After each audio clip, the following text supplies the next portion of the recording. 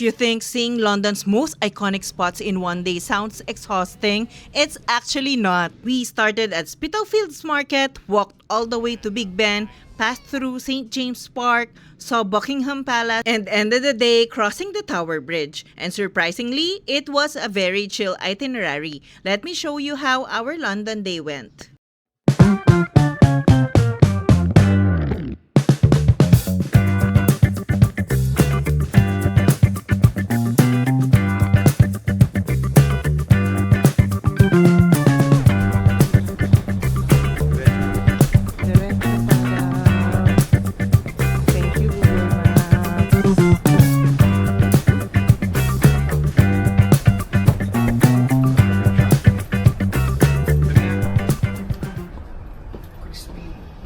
Yeah. We're going to Spitalfields Market. Doon kami magbe-breakfast. Walking distance lang from our hotel. Ganda ng location, di ba? Sobrang ganda ng location. Yeah. This is it. Sobrang walking distance siya from to Spitalfields Market and to the Tower Bridge. Well, walking, pero seryosong walking Yeah. siya. Siguro mga 20 minutes na. Ano yun chill pace yun. Yeah. Dito common car sa kanila ang BM. Na? Yung sinakyan nga naming Uber, Lexus. Lexus. Grabe. Hindi ginagawang Uber yun sa Pilipinas. Basic pa yun dito, basic yun. Yeah. Plastic pa. Actually, galing na kami dito kagabi kasi kala namin 11 p.m. pa magko-close. Pero yung mga stalls pala sa market until 6 p.m. lang. Diba? See. We started our day at Old Spitalfields Market, one of London's most vibrant historic markets. This place has been around since the 1600s, and today it's a mix of street food, independent designers, vintage finds, and global flavors. This is actually my favorite market out of the ones I've been to in London. Tapos may mga stalls din, no? Parang Tiangge. Na social.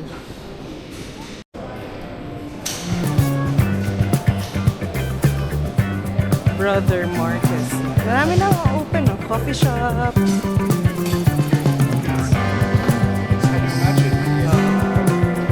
Pero 10 pa talaga, na? Pwede tayo magkape mo. Yeah. Oh, pwede na. Look, there's flying tiger. Baka may open. Ito ba yung pizza na fina-fold? Ay, dahil si Union, Pizza Union nga ba? Diba? Ay, ba? Oh, look at that. Portuguese pastries.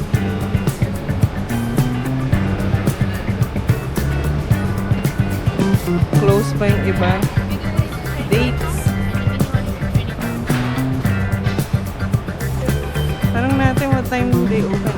From here, we made our way west towards some of London's most iconic landmarks. We're at Big Ben. the Big Ben. Look at that. Ayan, nice. Oh, may Uber boat pa, sakto. Ayan, sa likod natin. Yan yung Yes, sinakyan sinakyan natin. namin before. Uber boat. And then, there it is, Big Ben. Technically, Big Ben is the name of the bell inside the tower. The tower itself is called the Elizabeth Tower. But let's be honest, everyone calls it Big Ben. This area feels surreal in person. You've seen it in movies, photos, postcards, but standing here hits differently. And that's the Ganda ng weather today. Big Ben. Yeah, swerte kami. Yesterday, it was raining the whole day. Ngayon, medyo sumisikat yung araw, tapos nagiging cloudy, but at least it's not raining. Look at me! Background ang River Thames and Big Ben. Less crowd na dito sa medyo malayo. Grabe, dun sa may harapan, siksikan sila. This is River Thames. My back is the London Eye. Another photo spot. The Big Ben view. Baba tayo dito. Oo nga, maganda rin ah. Yan, ano ba? Ayan! it's better. Look at this next photo spot. Dami tao. Talagang ano, Punta. kanya-kanyang kuhaan ng photo spot. It's nice. Yeah. Ganda talaga naman. But it's really nice. We actually just used Google Maps to navigate around London. From Westminster, we walked through St. James Park. And honestly, this is my most favorite part of the route. It's peaceful, full of greenery, flowers, and even pelicans.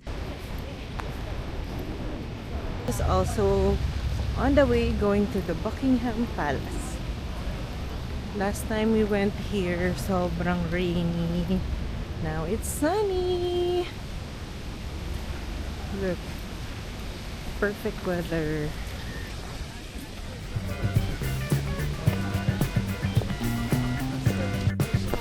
Yes, dito sa part na to, maraming ducks. Tapos yung mga birds nakatayo lang sa stones. And look, magpie!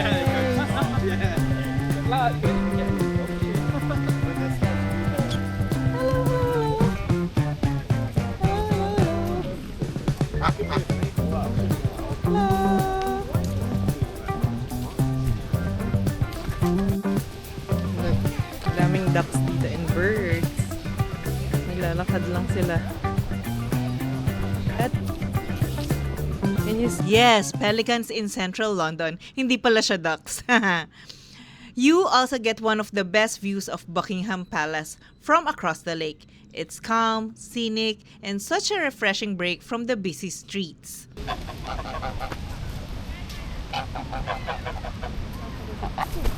Ooh.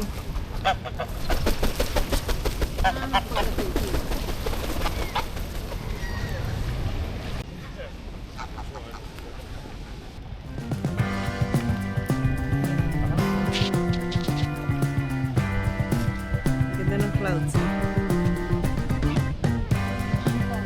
Ooh, squirrel! Wow, ganda. Yeah, that's the Buckingham Palace. Binalikan namin kasi, yeah, binalikan namin kasi the last time we went here, Gloomy. grabe, inulan Oh, kami, nandiyan si King. nakapayong. Nandiyan si King. Oh, did yung you flag, know? oh. Ito may flag, hindi yung ano, Union Jack. Yeah. Pag ganyan daw yung flag, it means nasa loob ng palace si King. Ayun, daming ducks dito. Napakain yata ng bata. Yeah. Hi! Oh, nandiyan nga si King. Ganda ng sun ngayon. Ganda ng weather. Buckingham. Buckingham. Ganda, oh. Big park, ang ganda. Tignan ko na may parking. Nice, diba? Yeah. Siya ang ganda pag may araw talaga. Yeah. Ja? Nee, ist mal kurz. Kurz am Leben. Wir haben hier gerade Vogelgrippe ausprobiert. Sollte bloß die nie füttern. Hindi na namin maabutan yan. Kailangan pala morning na. Pag gusto mo ng changing of the guards. Yung nga maganda, oh. Sa may... Saan? Sa may rehas dun, oh. Kasi walang ano. May naglalakad. Tara!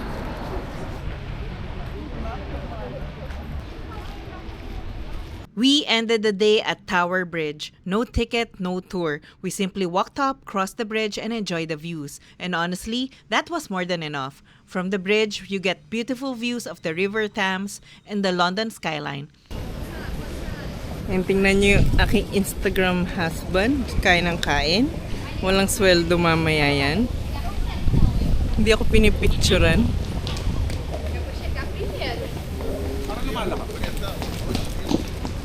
Yun yung sunset.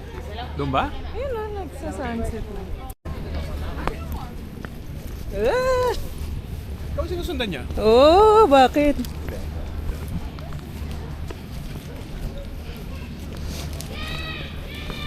Hanggang pa? Nabula ko ng squirrel. Na, malapit to. Oo. Kaya na, may ilaw na. Yan, may ilaw Pag dumilim na, na. mas maganda yan. Yeah, we're waiting.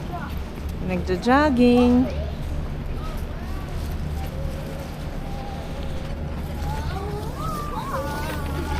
Nabol ako ng squirrel. Wala na ba? Wala na. Grabe. Ginulo ng mga bata. Nangaharas.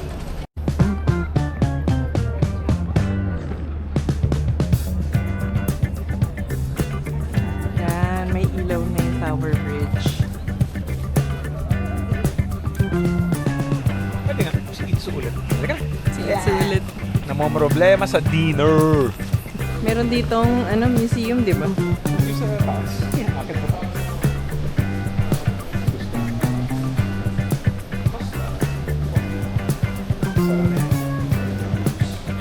Makaiter. Akyat kami. Tatawid kami sa bridge.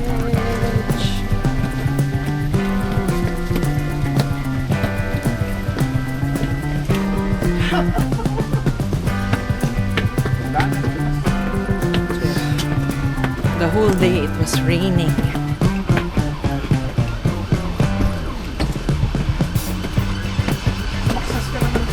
Yeah. Pero may times naman tumitigil, so okay lang.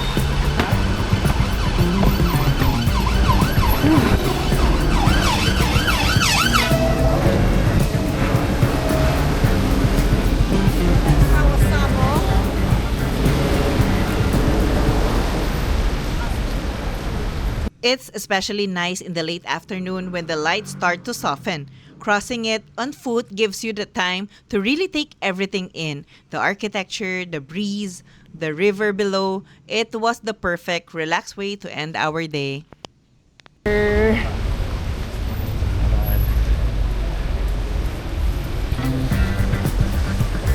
Yeah. Ikaw na? Pagod ako umakyat.